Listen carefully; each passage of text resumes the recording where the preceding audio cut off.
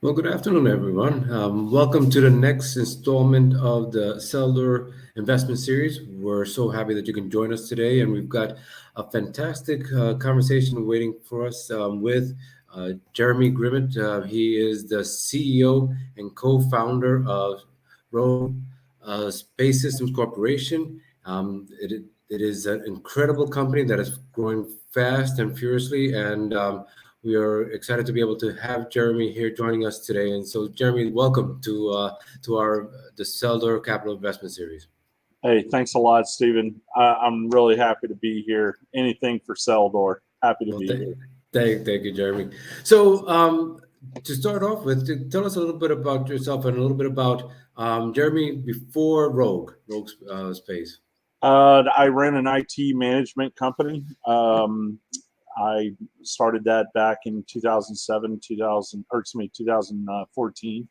And after that, I was in school writing some papers, and somebody thought it was a good idea to encourage me to start a space company, and so I did. So, we jumped in with both feet, and it's been loads of fun ever since. Stressful and fun ever since.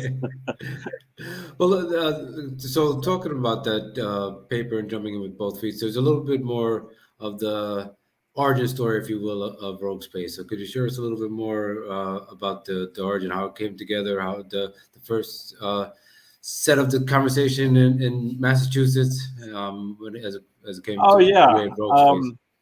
yeah. So it's really kind of crazy. I was writing these papers in school, and a couple of professors had encouraged me um, to go into the business, to go into the space business.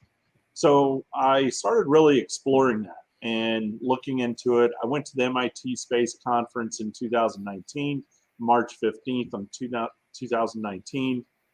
I was there for 8 hours. I walked out, called my business partner, told him we're selling the company and I'm going to space. And that was it. I mean, it was off to the races.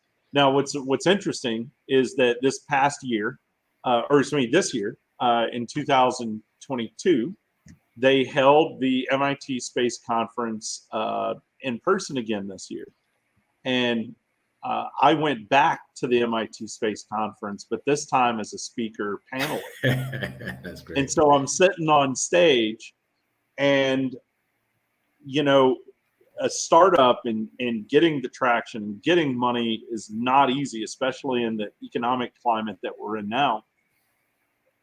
And I'm literally walking off the stage and getting into my car and starting to drive back to New Hampshire, trying to figure out how the hell I'm going to get this company funded. So I'm walking out of the MIT Space Conference, driving to New Hampshire, and my business partner calls, or my business partners, my co-founders, John, sends me a message on Teams. Holy expletive, we won all 11. Well, we won all 13. And then it took me a second to make the connection, but we had put in 13 STTR proposals on Space Force with SpaceWorks, and we actually got all 13 selected. Wow, wow. So talk about providential. I went to the conference. I walked out starting the company, and then I walked out of the conference, and I ended up with 11 out of the 13 actually funded, and we're currently going through contracting now. So it's pretty crazy. Just say this: I'm going to be going to the MIT Space Conference like every year, forever and ever and ever. You know, so yeah, it's pretty awesome, but it's not Well, without its stresses. well, absolutely. And with that 13, I was working with SBIRs and STTRs at NASA for a good better part of the 32 years I was there. And 13 is unprecedented. So for those entrepreneurs that are out there, any advice you can give them on how to go about increasing their odds or being able to get to some of these awards? Okay, so a little bit of background. We had submitted 2 SBIR proposals prior to this current submission with Orbital Prime and SpaceWorks Orbital Prime. And we failed miserably on those 2 previous ones. Like, I'll put it to you this way. I was half expecting the email to come back saying, not selected, ha ha ha ha ha ha. Okay, that's the kind of response we were expecting. But we got better feedback on the second time. I'll tell you the game changer that we had, and I hope people listen and pay attention. Get in touch with SBIR advisors, SBIR advisors. These guys really, we formed a team is what we did. So Rogue went and we collected a bunch of other startups, and we formed a consortium of about a dozen startups. And we went and got a consortium. We brought into the consortium about a dozen education and research institutions. So we had 20, 20 some organizations on the phone calls every week. And we were working through with a project manager from Draper, and we were just like, iterating on these proposals. And then we went and we had SBIR Advisors, which is our consulting firm that really helped support us in this process. And we just iterated, and we would make our revisions. We'd submit it to SBIR Advisors. They'd make the suggested changes. We'd get it back. Program managers, project managers would go through everything. And I mean, it was just a very efficient, well-executed process that we went through. And we ended up submitting like 20 some odd total submissions. And every company got a little piece. Nice. So every little startup within the consortium, they would subcontract on somebody else's SCPR. So we created this little incestuous little consortium so that everybody could win something, because we all need capital. We all needed to try and elevate one another. And by working together and building this little community of players, it was awesome. That's cool. And so we were very, very, very successful this time around, and we're looking forward to what's next. Now, for those SBIR advisors, I was just curious.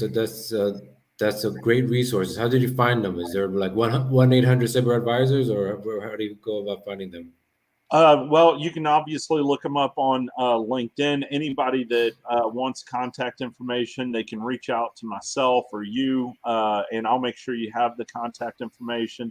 They're an Austin-based company. Sam Rain and his team of people are just absolutely amazing. We came across them because one of our lead investor, Regolith Ventures, led by James Africano, who's also a former Space Force contract officer in the DoD space, or in that area, in that space. He recommended them, and he was one of the co-founders of SBIR Advisors. And he's like, "Look, you really ought to look into this right here." So we got engaged with him, and boy, it's just been. We couldn't be more thrilled with how things went. That's not to say everything's perfect, Stephen, because this stuff is never perfect. Right. You don't get 24 different organizations in a room and everything go perfect. That's just not how it works. There's always things that we could do better. Right. But we're very fortunate that we have project and knowledge management in place here at Rogue to help guide us through those processes, and then do what we call, military guys, after action reviews, so that we can make sure that we're dialing it in for the next time, So, it's Cyber Advisors was instrumental in that, and I can't speak highly enough about those guys. That's great. No, thanks, Jeremy. That was one of the things that when Seldor first found Rogue Space and your team, that project management capability and being able to pull off these projects was what impressed us so much. And seeing, and I have to admit, in a lot of the companies that I had worked with in the past with Cyber and STTRs, it was amazing how many would have benefited if they had more project management capabilities in their teams and stuff, because they just wouldn't be able to execute in the same way. So, especially with something as complex as what you put together. Yeah. So, Stephen, as you know, I mean, space is a highly complex thing, right? It's doing anything with respect to space is it's the orchestration. You have your partners, you got your vendors, you get your resources, your supply chain, your engineering, the testing, integration. I mean, you have all these things that have to kind of dance really well together in order to have this successful delivery of that spacecraft. And as you identified, one of the things that Rogue is extremely good at is project program management, developing concept. I mean, we're really good at that stuff. And whenever you marry that with one of our mantras, which is innovation through community, you bring in a community, you bring in a team of different companies, you bring in that partner network, and man, can we make some amazing stuff happen. And all we're doing now, frankly, is we're reinforcing our project program management team within our operations. And I mean, these guys are already on a cadence of 1 or 2 meetings per week prior to contract execution. Everything is laid out. We know exactly who's got to do what, when, where, how. I mean, they got it tuned in. Not to say we're not going to hit challenges, Right. but team is dialed in, man. Everybody's just sitting there waiting for ink on paper so we can go. Well, and the team is the other part that so impressed us about Rogue Space is the people that you're able to pull together. So, is there a secret, or how did you assemble such an amazing team to execute on Rogue Space? I think that speaks towards our values. Okay, so everything we do here at Rogue is centered right around our values, and one of those values is legacy. Okay, and legacy is effectively, we're wanting to do things that are greater than ourselves. We want to leave behind something that actually is not just for ourselves, but it's for the next group that's coming in, right? The next generation, the next iteration of this space age this new space age that we're in. I think whenever you're able to as a company, whenever we're able to tap into that value with people, Yeah. that's the switch. That Yeah. is what really brings people into Rogue, because we're not here for profit. We're not here to do profit for profit's sake, or Right. innovate for innovation's sake, or just drive cash into the bottom line so we can get rich. We're trying to build something so much greater than what we are. And when you have I almost say bottom up type of management. Yeah. I don't see myself really as a leader. I don't really see myself as a boss or nothing like that. I really see myself as a facilitator. My job is to make sure that you are able to do your job. Right. I serve the team. The team doesn't serve me. I serve the team. Right. So if there's a resource, if there's something that my team needs, it's my job to make sure that gets in their hands. And the same thing goes with my partners. Same Right. thing goes with the other companies, the other businesses that we work with. I had no fewer than 2-3 phone calls today, delivering the message, reinforcing the message today that do not be afraid to pick up the phone and call me. Do not be afraid to call me and tell me you can't do something. What is the gap? What is it that you need to get me what I need, Right. and let me help you? And that means your customers too. If Yep. you have a customer and you're trying to deliver something and you're having a hard time, call me. Yep. Let me find a way to help you. Not for the money, not to make any money. It's what can I do to help you? Because if you succeed, you're going to remember why you succeeded. You're going to come back to me. Maybe I'm going Right. to need some help in the future. It's all about cooperation.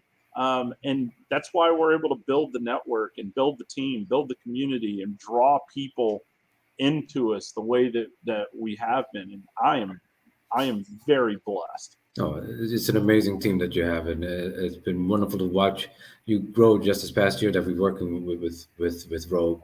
On the before when you're talking about the legacy that you want to leave behind, I love the catchphrase that you were using before that Rogue was going to be the AAA in space. So Yeah. could you share a little bit more of the vision of Rogue and and the markets that you're planning to create or support as you continue to grow? Well, the way that we're going through um, the the market right now is nascent, as you know. Satellite servicing, space debris, things like that. I mean, this is it's a nascent market. Um, we're right out on the very edge of pretty much everything from the technology to the economics to the legal to just everything there is about satellite servicing, space debris, or things like that. Our pathway to market viability and market success is through defense. That's our chosen path. That's why we were able to identify uh, the STTR topics that we were successful at getting selected, is because we spent a lot of time working with commercial and defense in order to really marry the two together and figure out what those gap technologies, gap methods really are, so that we could ultimately deliver them as necessary. So whenever you're talking about in those terms, there's going to be a progression over time. We're going to get to a commercialization phase. It's probably not going to happen overnight. It's going to happen in a few years, but commercialization is going to take place after it gets proven more in the defense market. To take it a step further, we're targeting in-space repair, upgrading, inspection, observation. Yes, we'll be able to move things between orbits. We'll be able to deploy and redeploy systems in different orbits, remove space debris. There's We're building our platforms to be um, uh, agnostic. And in some cases, and a few of the technologies that we're pursuing pretty heavily um, are touchless technologies. Touchless technologies that we wouldn't even have to touch an object in space that's tumbling out of control. You know, you got an object up there. If there's Right. no power, there's no control. It's probably tumbling. Well, if your spacecraft is coming up, if your little spacecraft is coming up to try and rendezvous with it, I've got to go and try and find a way to match that rotation around this object with my spacecraft. That is really a complex thing, and it's extremely expensive from a Delta V perspective. So we're working with technology that allows us to detumble this object without touching it. Wow. Wow. Okay, it's not some Star Wars stuff. It's not some Star Trek stuff. It's legit, real science with Dr. Jake Abbott and Tucker out of University of Utah. We just did a press release about it last week or so.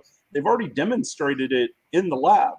And we were very fortunate we were able to form that partnership. So we have other technology for not touching an object to diagnose that object Nice. and understand what's happening with it electrically without even having to connect to it. Okay. It's some wild stuff, but it's real. And it's all technology that we identified that are gaps. Technology that just simply doesn't exist to do things in a safe, sustainable way in space.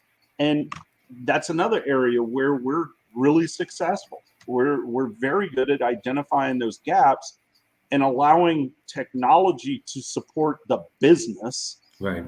not trying to find a technology to create a business. We went the complete opposite direction that you normally see in space. Yep. So we went and found the business. Then we figured out, okay, now we just have engineering problems to solve. And that absolutely is the right way to go about it. And as you're this coming year, you've got some amazing satellites planned to demonstrate some of those capabilities. And is what can you share with the audience as far as the capabilities that you'll be able to deploy within the next year or year and a half that to show how the capabilities in space already are changing just within the next year? Right. So we're sending up a couple of platforms. We have some stuff on the roadmap right now. We haven't actually announced the programs yet. That'll probably come in the next several weeks. We're going to be able to get inspection and observation done between this year and next year. So Wow. that'll be up there. Excellent. We have plans. We have our ConOps pretty much worked out. We know. We got a pretty good idea of what we're going to go and do and how we're going to go and do it. But effectively, we're at a point now where we're going to show the industry what Rogue's really capable of doing. So yeah, it's going to be really cool. But inspection and observation is the first target. Excellent.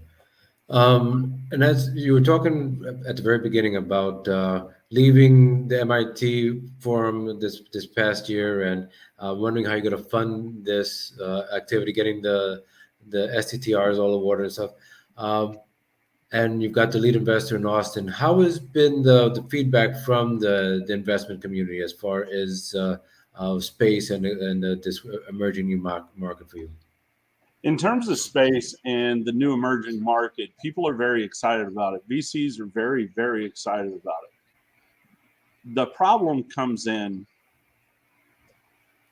you have this chicken and egg, right? That's the biggest problem with getting funding. VCs typically don't want to be the first check in. They're wanting to follow somebody else. Right. That's why Seldors of the world exist, you know. That's one of the reasons why we're so profoundly loyal to Seldor, because you guys actually wrote that check and gave us what we needed when we needed it, so that we can go and try and execute and show you what we're capable of. The response is pretty strong in terms of space and what's to come. The economic situation in the world as it is today has made it a lot more challenging to get funding. It's not to say that it's not out there or it's not going to come in. It's just what it is. In terms of Rogue specifically, it has not been easy.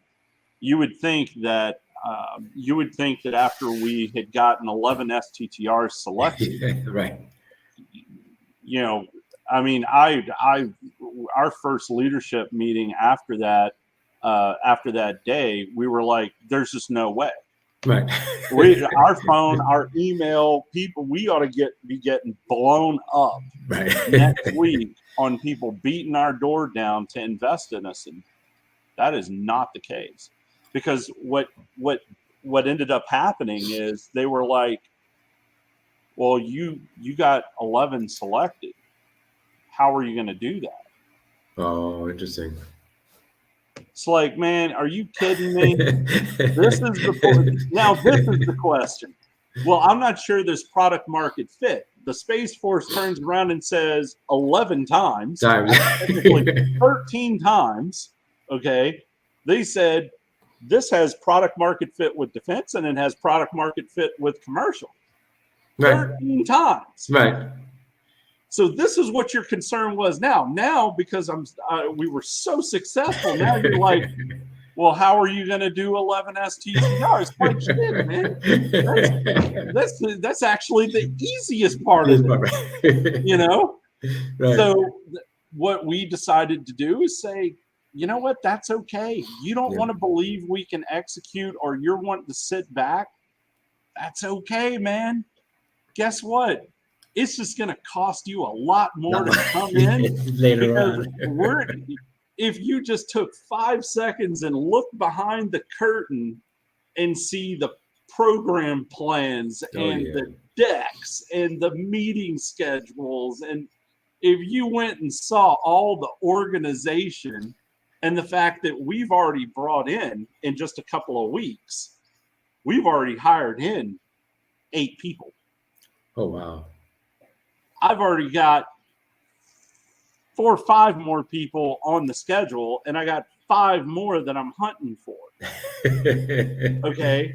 And it's not, people are like, well, how are you going to scale it? Everybody's having so many problems scaling up and finding people.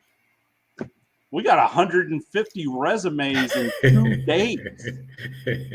I don't know what problems they're having. I don't know how they're doing things, but I know here at Rogue Space Systems, everybody wants to be in the community. People want to work on things that are greater than themselves. People want to have a plan and execute the plan and do these really amazing things. And that's what we're doing here.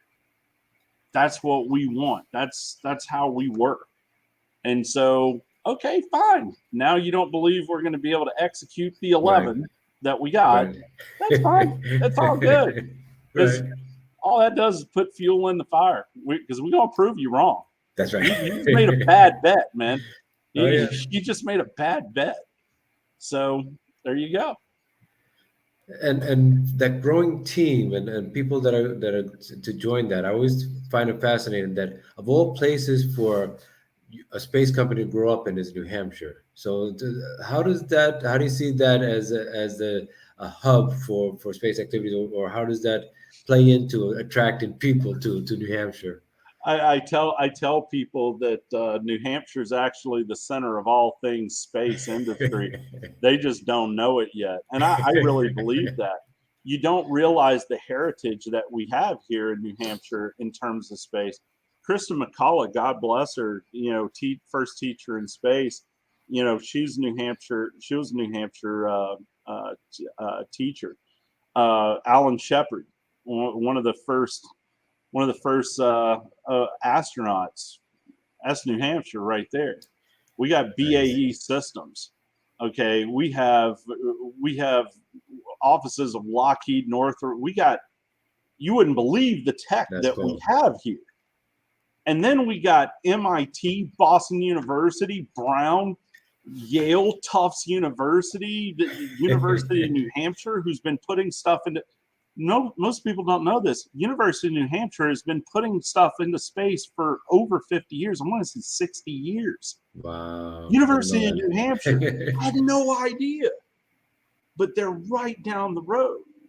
Okay, we have access. I don't need to be on the West Coast. Love the West Coast. Right. They got great schools, great people. Nothing wrong with the West Coast. But I don't have to be there. I don't have to have Stanford. I got MIT.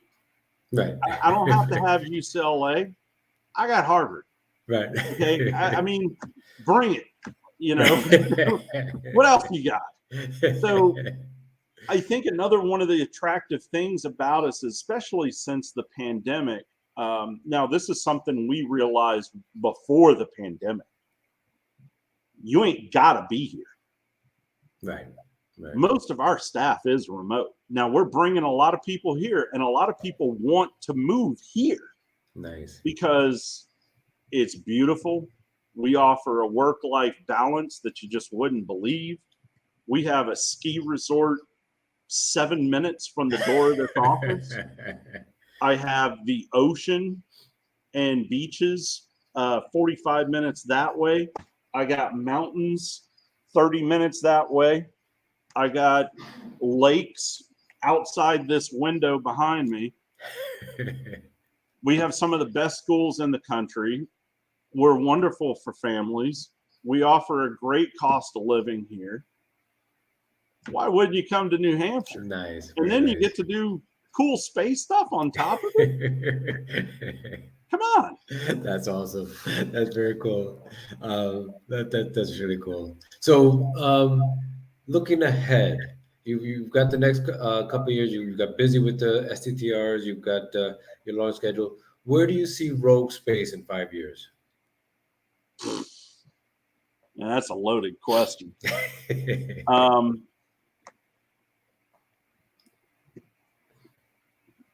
It's kind of early to say. Our ideal scenario, what we've talked about and what we'd like to do is we'd like to build this to be a company that's 50, 100-year company. Nice. That's genuine Nice. truth. Myself and my co-founders, we really didn't found the company and do what we're doing for ourselves. What we really have done is we founded this company and wanted to start building it for our kids and our grandkids and the people, the family, and the friends that we have in our life. That's really why we set things up the way that we do, because we wanted to take care of the people that are around us.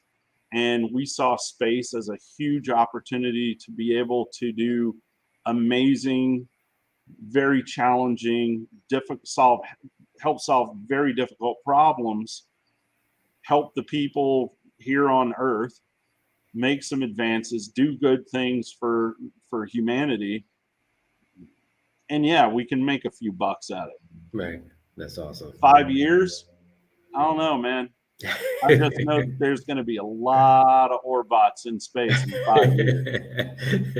It's going to be a lot. That's cool. So finally, wrapping up for today, 3 years, 2019 to now, has been an amazing ride for Rogue. You've done unbelievably in such a short period of time. What advice would you give to other aspiring entrepreneurs out there that are looking to start up their company? What would you pass on as they start to think about the first 3 years of their company? Man, that is I could give you I could write a dissertation on that one, because a lot of it is don't do this stupid thing that I did. So you got to surround yourself with people that you can trust. Don't worry about yourself. Take care of everybody else. And it ends up working out.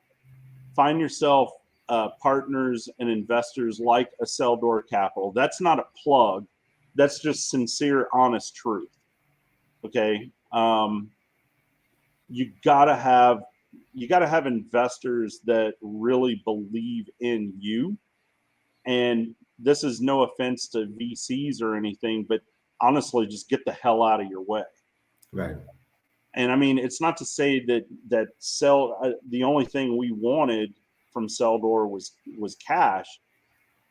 It was, we needed someone that would support us when we needed the support. Yep. And that's exactly what we got. Not only did we get some cash, but we get great advice. We were able to boost our fundraising through some of the guidance that Sydney and Stephen were able to, Sydney were able to offer sincerely.